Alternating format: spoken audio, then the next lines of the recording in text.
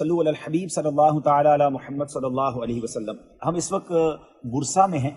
اور سلطنت عثمانیہ یہ بہت بڑی سلطنت تھی مسلمانوں کی، اور ترکی جو ہے اس کا مرکز رہا۔ تو آج ہم جس مزار پہ موجود ہیں عثمان غازی ماشاءاللہ تربیسی رحمۃ اللہ تعالی علیہ، سلطنت عثمانیہ جن کے نام سے چلی۔ استاد صاحب سے گزارش کریں گے کہ کچھ ارشاد فرمائے کہ ان کے بارے میں ذرا نام بھی پڑھا دیجیے، ان کے بارے میں دیکھیں یہ بورڈ لگا ہوا ہے عثمان غازی رحمۃ اللہ تعالی علیہ، اور یہ وہ عظیم ہستی ہیں کہ جن کے نام پر یہ سلطنت قائم ہوئی۔ استاد صاحب یہ کتنی بڑی سلطنت تھی اور یہ کتنے عرصے قائم رہی ہے، کچھ اس کے بارے میں آپ ہمیں معلومات۔ سلطنت عثمانیہ جو ہے نا، یہ یوں کہہ لیں کہ اس زمانے میں اس وقت اتنی بڑی کو دنیا میں سلطنت ہے نہیں کہ جسے ہم مثال کے طور پہ ہم لے سکیں کہ سلطنت عثمانیہ اس جیسی تھی۔ ہاں، اس کا تھوڑی سی مثال ہم یوں دے سکتے ہیں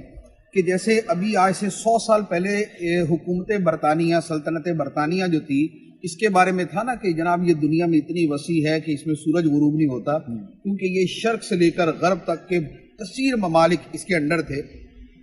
تو سلطنت عثمانیہ کا معاملہ یہ تھا کہ اس میں مسلمان جو ممالک تھے ان کی اکثریت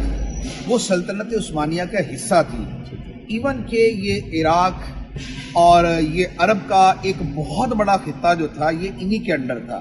اور یہ جو مکہ مکرمہ مدینہ منورہ کے اندر ہمیں ایک ادب اور محبت کی بہت عظیم مثالیں نظر آتی ہیں، تو ان کے پیچھے بھی اصل میں سلطنت عثمانیہ تھی۔ اور ان کا جو ابتدا ہے وہ بیسیکلی اس طریقے سے تھی کہ سلطنت عثمانیہ کی شروعات ہوئی اس زمانے میں کہ جب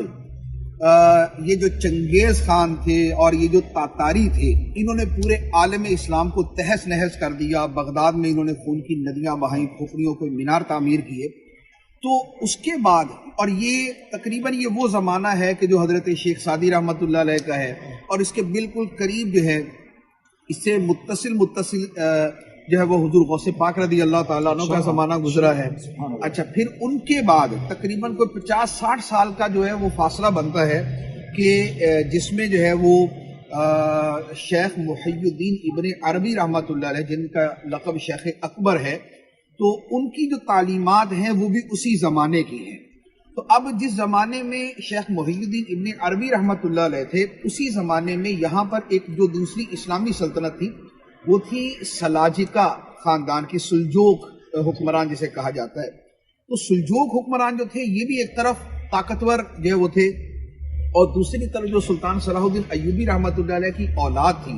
تو ان کے جو بچے اور ان کی آگے نسل تھی ان کی حکومت چل رہی تھی، لیکن ان کی آپس کے اندر نہیں بنتی تھی۔ لیکن بہرحال یہ تھا کہ یہ بہرحال ایک کمزور حکومتیں تھی کہ جو چنگیز کی اولاد اور اس کی جو نسل تھی ان کا مقابلہ کر نہیں پا رہے تھے۔ تو اس میں پھر یہ جو سلطان عثمان غازی رحمۃ اللہ علیہ ہے، جو ان کے جو ہے وہ والد تھے یہ ارطغرل، تو انہوں نے جو ہے وہ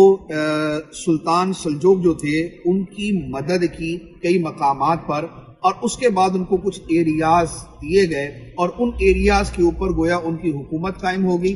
اور پھر وہاں سے جو ہے یہ بڑھتے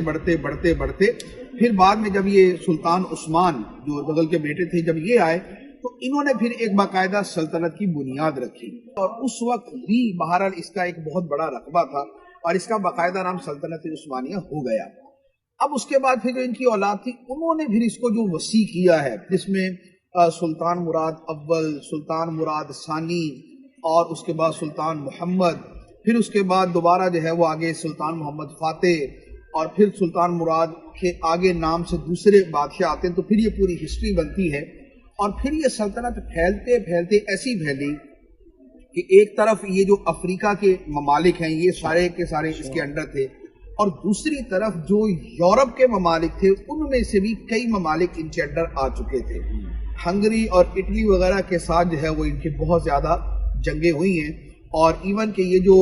قسطنطنیہ فتح کیا گیا تھا یہ بھی بیسیکلی یورپ ہی کا علاقہ بنتا تھا، اور یہ یورپین کنٹریز ہی کے انڈر آتا تھا۔ تو یہ بیسیکلی ان کی ساری تاریخ بنتی ہے۔ اور اس میں ایک وقت ایسا آیا تھا جو یوں کہہ لیں کہ اسلامی تاریخ کے جو ایک کہہ لیں کہ ناقابل فراموش، یعنی کہ ان نیگیٹو کانٹینٹ کہ اتنا یعنی کہ وہ دردناک واقعہ ہوا کہ اگر وہ واقعہ نہ ہوا ہوتا، بہر اللہ تعالیٰ اپنی حکمت بہتر جانتا ہے، اگر وہ واقعہ نہ ہوا ہوتا تو اس وقت پورا یورپ یہ ایسے ہی مسلمان ہوتا کہ جیسے اس وقت ہمارا پاکستان ہے، ہمارا جو ہے نا یہ ترکی ہے، ہمارے عرب ممالک یہ سب ایسے پہنچ گئے تھے. سلطان بایزید یلدرم رحمت اللہ علیہ یہ وہ تھے جن کو یلدرم کا مطلب ہوتا ہے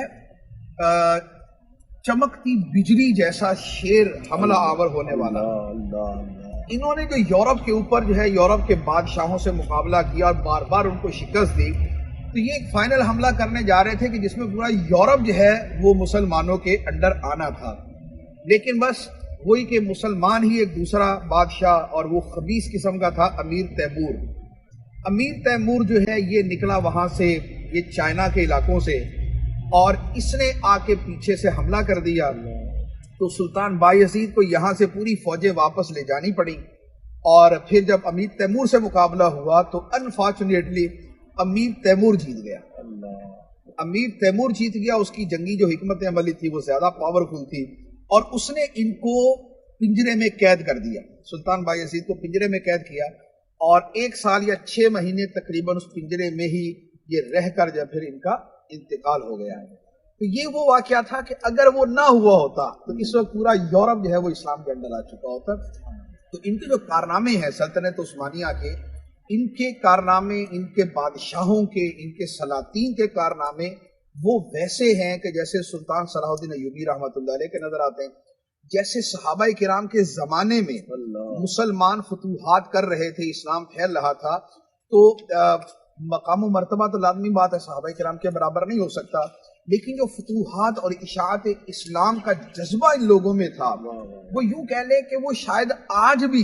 اگر دنیا میں کہیں نظر آتا ہے تو دوبارہ انہی لوگوں میں نظر آتا ہے. ایسا جذبہ کہ جس میں اسلام ہی اصل مقصود ہو، اسلامی اصل مطلوب ہو،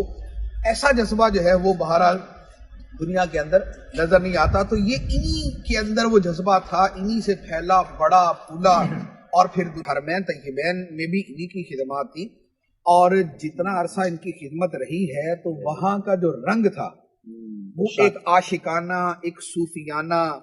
اور ایک تقوی والا، خوف خدا والا، اولیاء کرام سے محبت والا.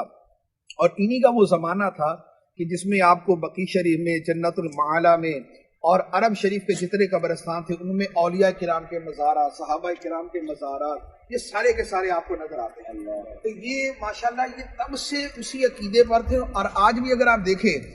تو ترکی کی مسجدوں کے اندر آپ کو نظر آتا ہے کہ جہاں پر مؤذن ہے تو وہاں پر حضرت بلال حبشی رضی اللہ تعالیٰ عنہ کا نام ہے، یا بلال حبشی. اچھا، ایون کہ دکانیں اگر دیکھیں تو دکانوں میں جاتے ہیں تو وہاں پر جو ہے وہ یا رسول اللہ، یا حبیبی، اور اس طرح القاب کے ساتھ نبی پاک علیہ السلام کو مخاطب کیا ہوتا ہے. تو یہ وہ ان کا عشق اور محبت ہے جو الحمدللہ اب تک چلتا آ رہا ہے.